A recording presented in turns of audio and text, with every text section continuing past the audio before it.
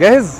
3 2 1. النهارده نازل مخصوص عشان اشوف مين احسن كشري موجود في اسكندريه. اول واحد معانا كشري على اصله اللي في سبورتنج. جبت واحد كشري صغير ب 25 جنيه. دي علبه الكشري الصغيره. حموضه للصبح في الفيديو ده، صح؟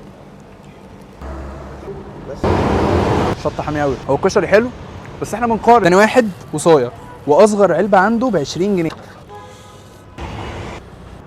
بس طعم الصلصه عند اللي قبله احلى كتير. تالت مكان سته عزيزه. بص ده اجدد محل كشري فاتح في اسكندريه وهو مطور في الدنيا بشكل مختلف. جربت امبارح من عنده واحد كشري بالكبده كان خطير، فعشان كده دخلته في المقارنه رغم ان هو اجدد حد فاتح في اسكندريه. بس المعلقه وكده. بصوا الصلصه من المره اللي فاتت وانا مبهور بالباكجنج اللي هم عاملينه للكشري.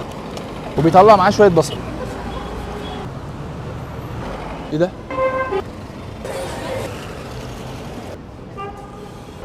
اصلا مفيش وجه مقارنه بينه وبين الاثنين اللي قبله. باكجنج فظيع، ما تقولش ان انت بتاكل كشري. الكوفير فيه تشيكلز وايبس، حاجه يا جماعه جامده قوي قوي بصراحه. سعره يعتبر حلو، يعني العلبه دي ب 30